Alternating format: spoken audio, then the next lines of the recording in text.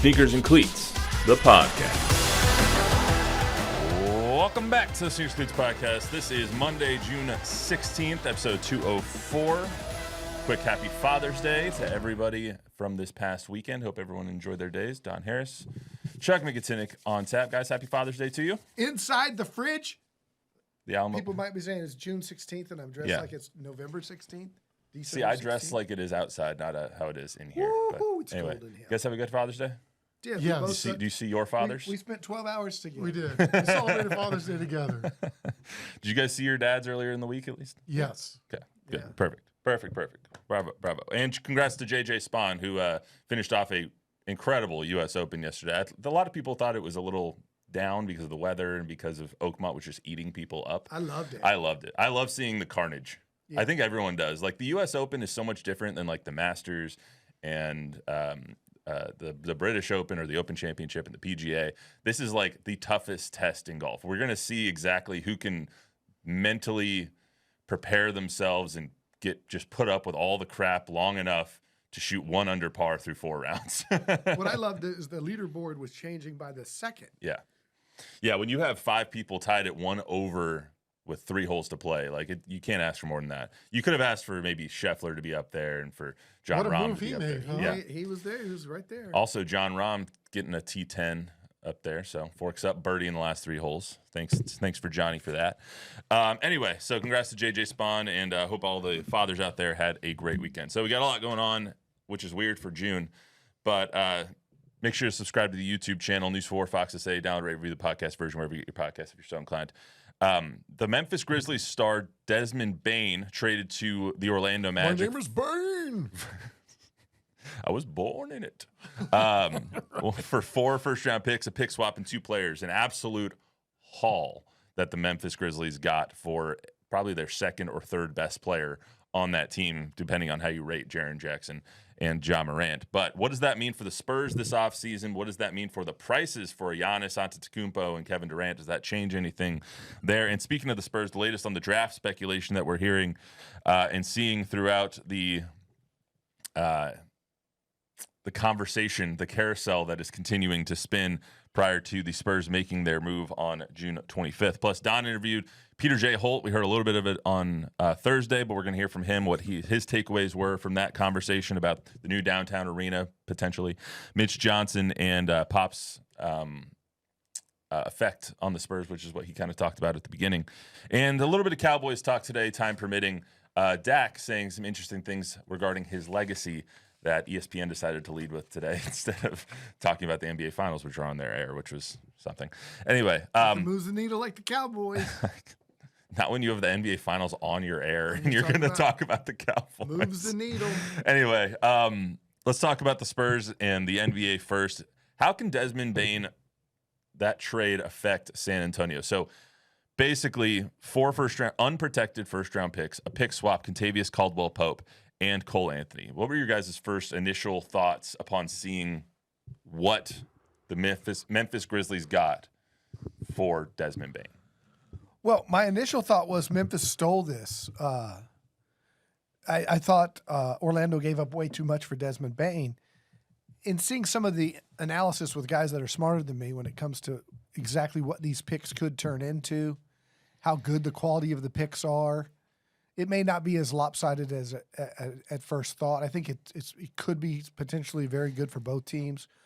Orlando wants to compete in a weakened East with a very good young team with Wagner and Banchero, and they've got it. Both Wagners. Yeah, but I thought Cole Anthony was one of their key guys. He's kind of like their Lou Dort, you know. Mm-hmm. And so Bane's a really good player, but it just shows you that 2 teams, and this is what I've said in regards to a Devin Vassell trade potentially for the Spurs, is that there can be deals out there that work well for both teams that you don't say, oh, they got, they really – look, if you're Orlando, you're now an automatic contender. And if you're Memphis, you achieve some goals that you're looking to do as far as unloading some salary and maybe starting to rebuild a little. So time always will tell in a trade. But I thought initially with 4 unprotected and those 2 really good players, I thought Memphis won the trade. Yeah, I mean, it just looks like Orlando's all in, right? My first thought was, say what? You're giving up how many first-round draft picks?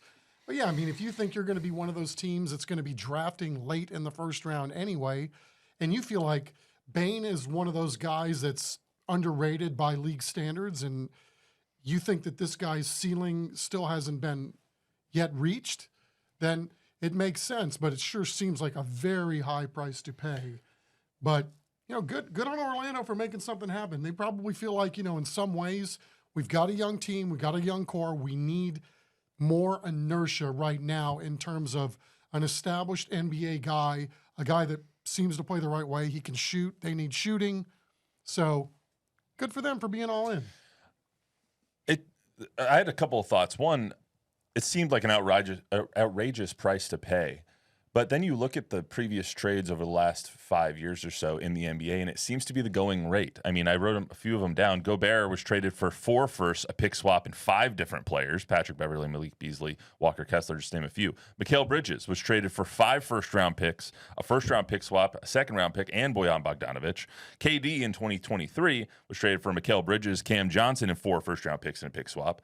And then Donovan Mitchell was traded for 3 firsts, 2 pick swaps, Lauri Markkanen, Colin Sexton, and Ochai Agbaji. Like, it seems to be the going rate. Start at 4 first-round picks, and then we'll just throw some other crap in there, and we'll figure it out.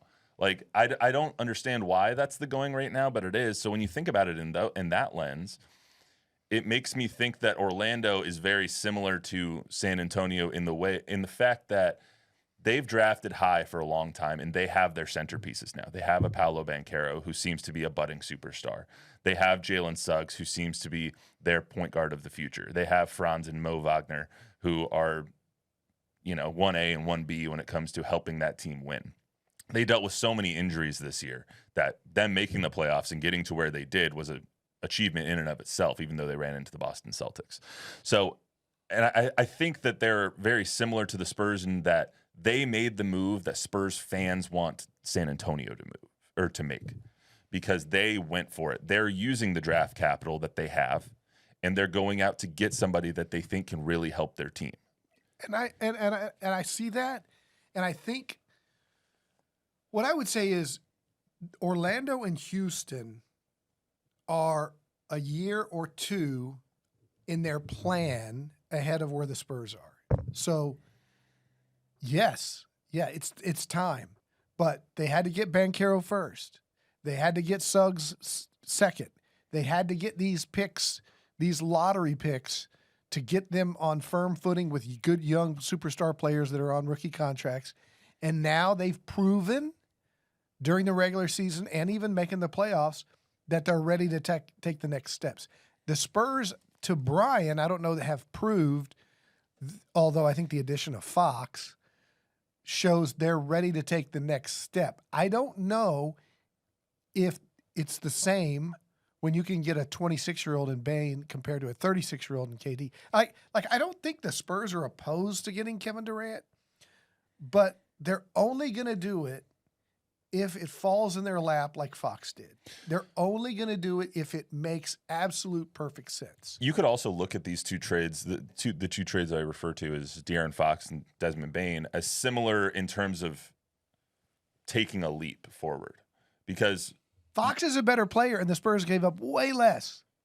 I don't know if he's a better player, but that's to be debated. He's been an all-star. The other guy hadn't. I mean, Desmond Bane also carried that team to stay relevant this entire year while John Morant was out. And he averages Jaren 20. Jackson. He averages 20. He's a good player. He's a very good player. I don't know if I would trade 4 first-round picks for him, but he's a good player. But he's not better than De'Aaron Fox. But looking at the trades in terms of what they do for those teams, we didn't see the effect that De'Aaron Fox could have had on the Spurs if they had stayed healthy, if his pinky wasn't hurt.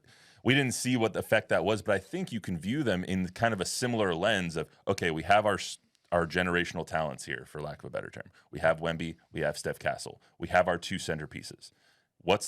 Who's the guy that we can trade for? We can use some of our assets to get us forward a little bit. For the Spurs, it was De'Aaron Fox. For the Magic, okay, Paolo Banchero, Jalen Suggs, Wagner.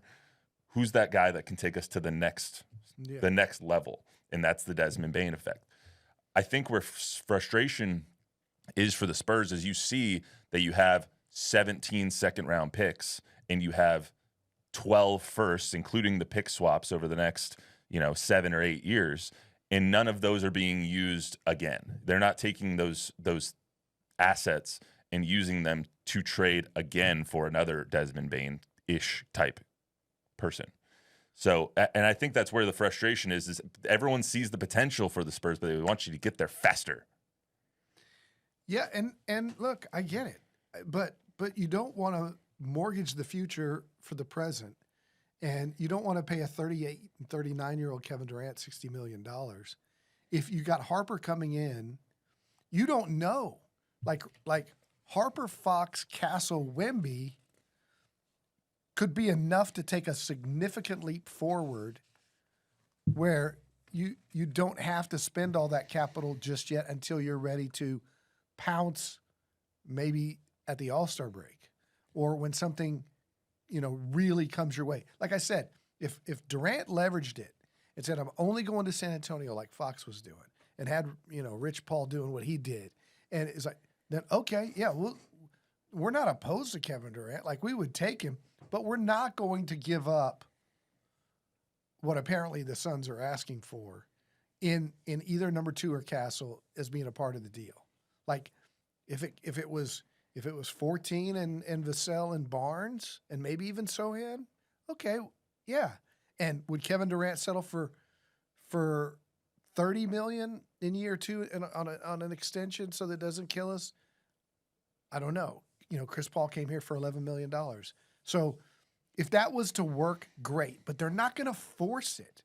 They're not going to force it, and I don't think they should. Chuck, do you think it East and West teams view it differently? Do you think if the Spurs were in the East, this is a complete hypothetical, if the Spurs were in the East, that they would be more inclined to go for it a little bit quicker because of the talent disparity in the two conferences? I don't know, because it's really hard to kind of factor that in for me, only because, we really don't know what they have, right? You can say, well, if this guy was healthy, this guy was healthy. If we had all the pieces the whole year, then this is what we would have been. Until you actually see it with your own 2 eyes, it's really kind of hard to know where they're at.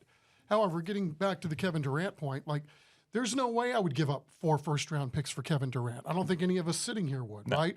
I would be opposed to extending him. If you could get him on a 1-year rental to help bridge the gap for 1 year and then see where the chips fall after the first year, great. But I don't think they're going to start moving some of these pieces to bring in somebody like Kevin Durant unless it's exactly the way Don put it, which is they're not going to be forced to do anything, just like they weren't forced to do anything up to this point. The Magic aren't the Spurs. No team in the league is like the Spurs. If anybody's going to be doing the fleecing, it'll be the Spurs doing the fleecing because they've maneuvered the chessboard in such a way that they have a myriad of options on how they want to play this. Now, let's just use this as a hypothetical. Let's say Maxey from Philadelphia was up for grabs. Would you trade 4 future first-round picks for that guy? I would. I know Don's answer. Right? I think most people would go, this guy's going to make us infinitely better.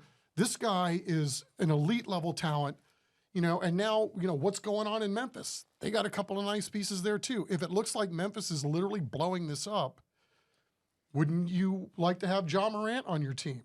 Wouldn't you like to have Jaren Jackson Jr. on your team? Right? All right, I'll just say it. I want Jaren Jackson Jr. He has ties to San Antonio too. So, right. And then with Ja, he might be the one guy give up. So really, maybe hot with take. Ja. Ja's one of those guys.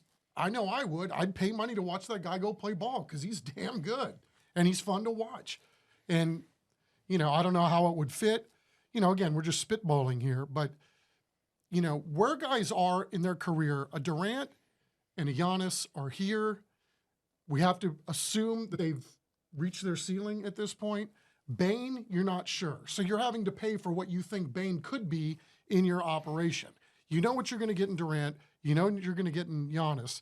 And I don't think because of that, you have to give up the assets that you would have to give in terms of a guy that's looks like he's going to be an all-star for this year, next year, and the year to come, and then all of a sudden he becomes available. The other point I want to make is I think the Spurs, the one thing we're not considering is playing time and growth of the younger guys.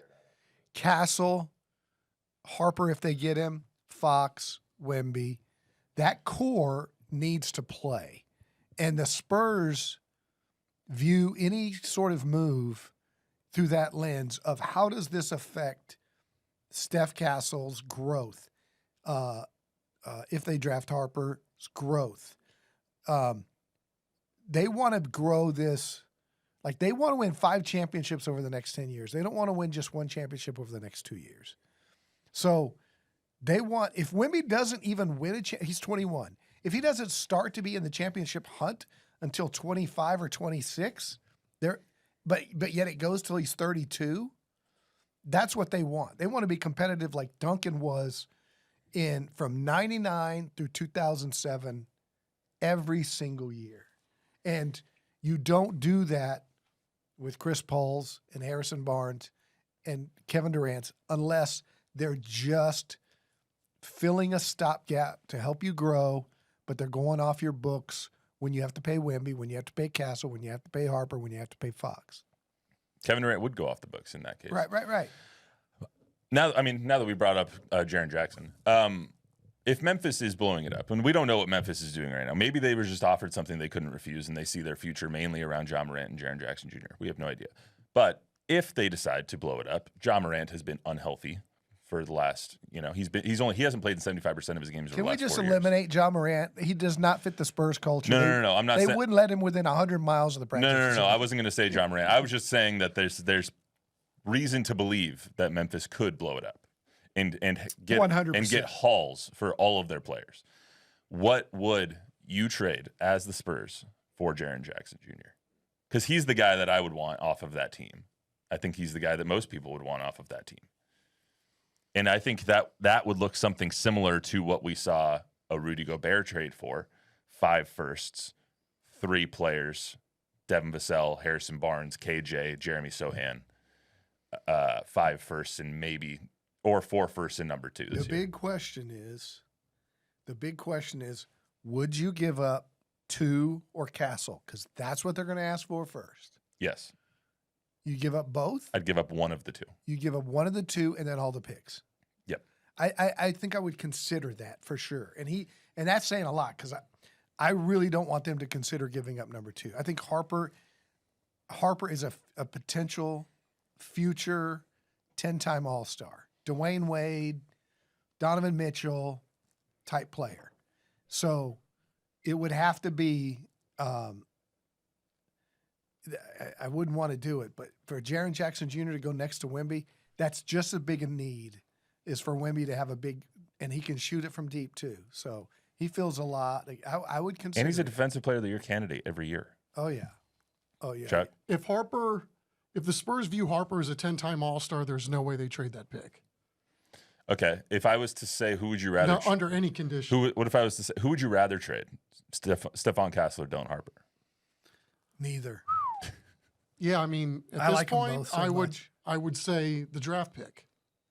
Because you kind of know what you have with Steph. Right. Yeah. I think. But think about this. Pre-draft, where Harper was last year.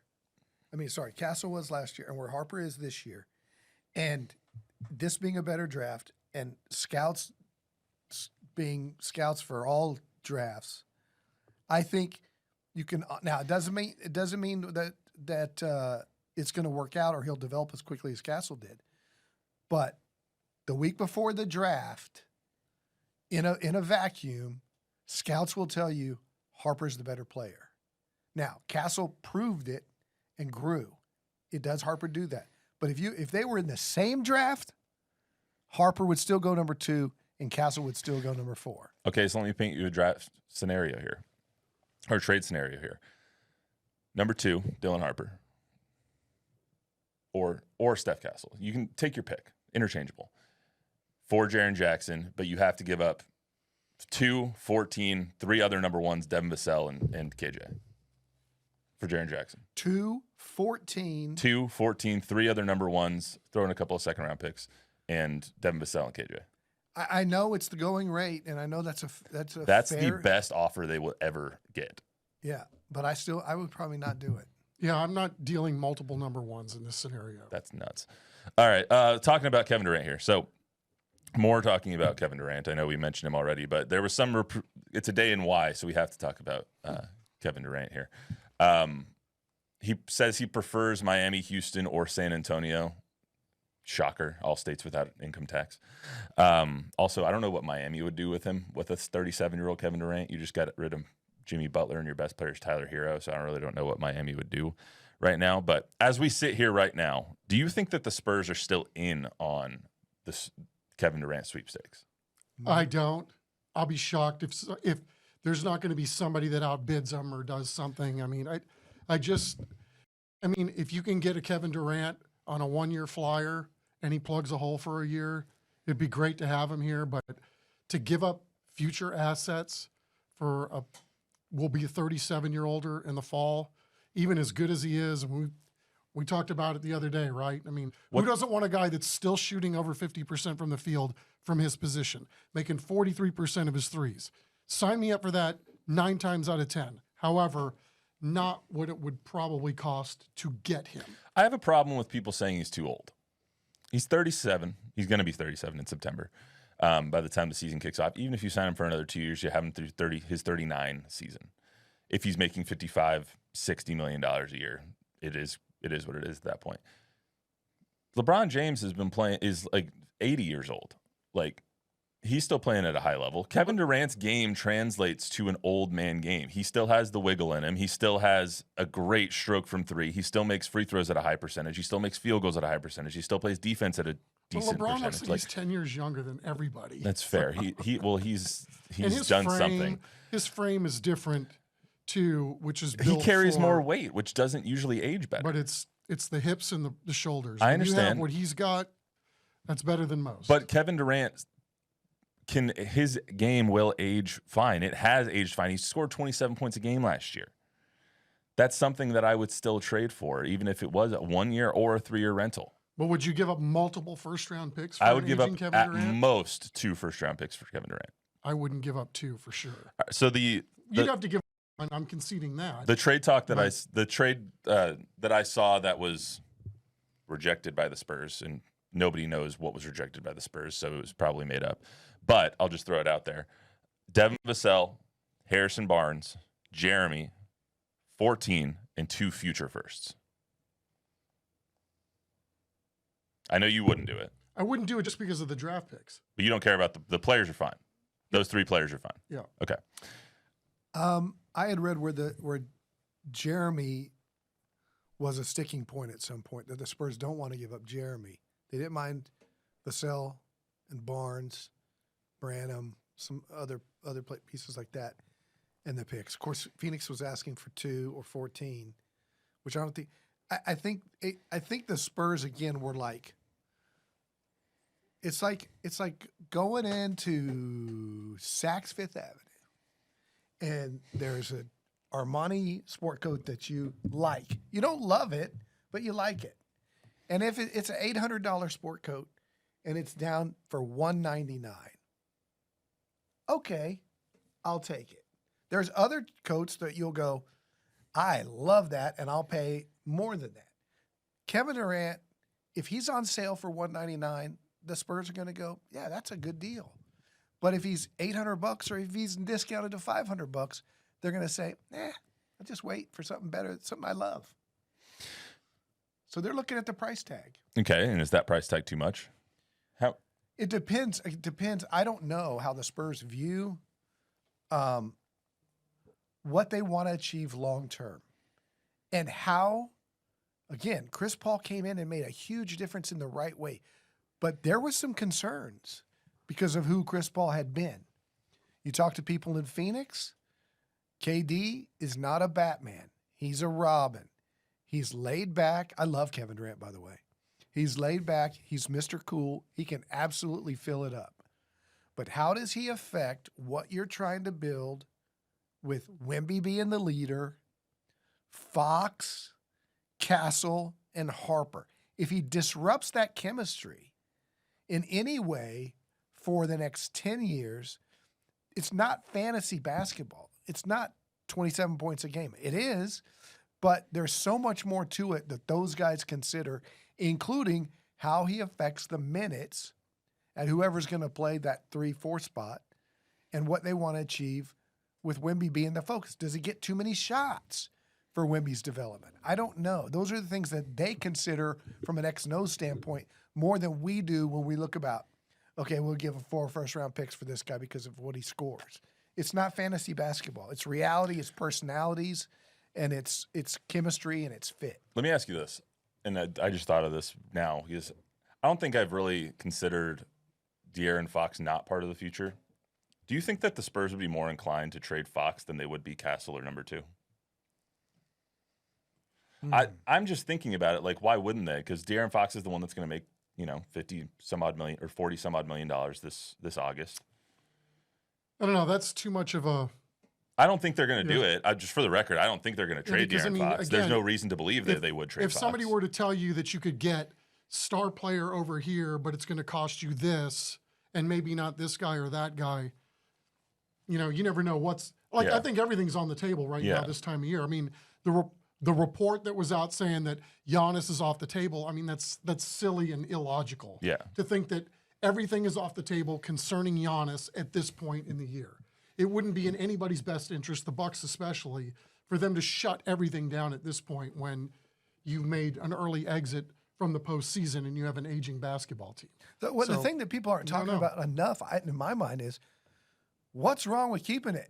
What's wrong with Castle, Nothing. Fox, Wemby, Vassell, everybody, Sohan, and then if something makes sense for Vassell in 14 for a Hartenstein, right? Or somebody that's going to fit the Carusos of the world, the Dorts of the world, not Kevin and KD and Giannis, but the guys that are going to make your team better and more. Harrison Barnes from last year. Harrison Barnes was great for the Spurs last year. Yeah, guys don't like want to get rid of that. Harrison. It's not.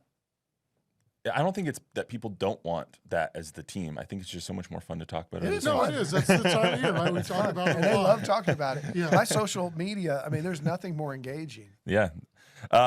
So just for the record, before we're 9 days out of the draft, what do you think the Spurs are going to do it to? They're going to keep it and draft Dylan Harper? I'm almost 100%. 99% that Yeah. they're going to keep and draft Dylan Harper. Yes. And he will be on the roster Yes. come game 1. Yes. I just have a sneaky suspicion somebody's going to make them an offer they can't refuse. I just haven't, again, no inside intel. It just feels like somebody is going to make a move that seems really, really illogical, and the Spurs will be there to reap the rewards of that. Now, what it looks like, I have no idea, but I think somebody's going to make them a deal they can't refuse. I saw, Utah offering Markkanen to number 5. I love Markkanen. That's not going to do it. I would do it. That's not going to do it. If Brooklyn came in with number 8 and Cam Johnson, that's not going to do it.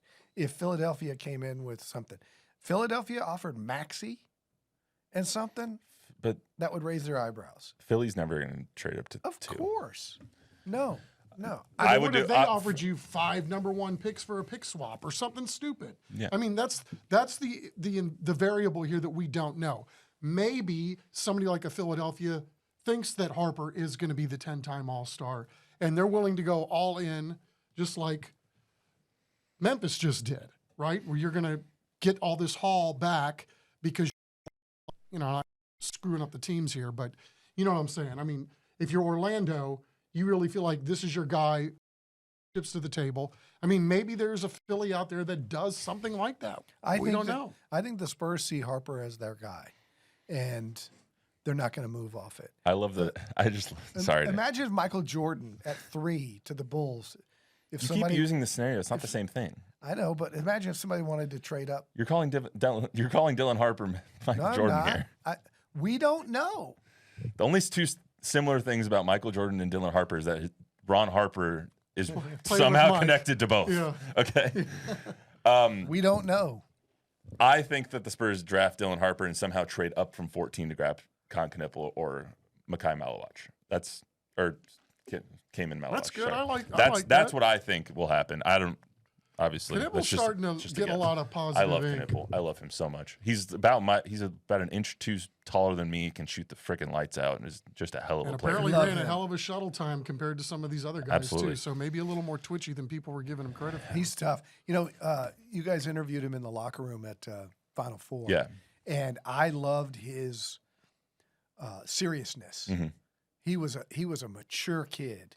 And I went and saw him at Duke last year in November, and the kid that played in the Final Four was 15 pounds heavier, muscular, and a lot big. He's bigger than people think. And he's young. I mean, Yeah. Apparently, he's got anyway. a brother that can play too. So there's Go some for the- puppies at home. His mom was a star. They got 2 Knipples. It's when you have 3 that, you know. That's when we're concerned. I'm also just really, I'm laughing here. We're going off topic, but The big man in the middle. I think it's really funny also that everybody who's watching today got a sight of Grizzly Adams, Michael Seifert walking through the camera to try and fix our streaming over here. So anyway, that's our esteemed colleague. Yes, Can't Mr. do it Fix without him. Yep. All right, let's talk about your sit down with Peter J. Holt real quick. We're not going to get to the Cowboys thing because we went a little too long on the Kevin Durant stuff. Basically, you got to sit down with Peter J. Holt, the chairman, CEO of Spurs Sports and Entertainment. Tell me the top 3 things you learned in that 30-some-odd minute conversation, plus your guys' off-camera combos. Well, I don't think I was surprised by anything, but I was glad to hear him say out loud that the Spurs were willing to pay hundreds of millions of dollars for their share of it. That this is not. I tell you what, I did learn. I learned a lot about the Oklahoma City project, and that their arena is not as old as the Spurs, and yet they've already voted and they're starting construction. And they did a hard sales tax that the citizens of Oklahoma City are going to pay for 90% of this arena. $850 million of the $1 billion cost is going to be from this 1 cent sales tax, whatever it is, for 6 years, and that the Thunder are only going to pay $150 million of the billion, 85 to 15. Percent. Yeah, percent. And the Spurs, from what Peter intimated, are more likely to be willing to pay 33% or more. And so I think if that message was out there clearer, they might have more support. I also sense that they're not worried about what the polling shows so far, that they haven't even began their campaign. I learned that he's very confident that when the details are presented to the public, that the public will understand and choose to do it. I wouldn't say he's overconfident, but I think he's confident. So I guess those are the things that I learned, that he's cool with Wemby being a monk for now. You see the kung fu he was doing on his Instagram? Yeah. And he's all in on Mitch. And he loves Mitch. So I don't know if there's anything I learned surprising. Chuck, I consider you a skeptic of Project Marvel and of the new arena. Was there?